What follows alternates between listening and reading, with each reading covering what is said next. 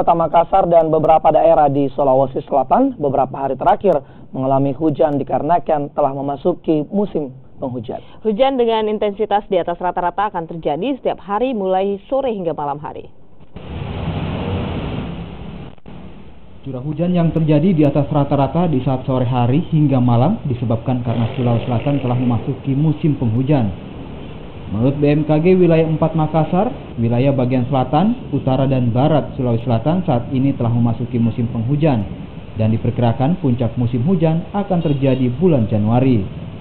Sementara itu untuk wilayah bagian timur Sulawesi Selatan baru masuki musim kemarau.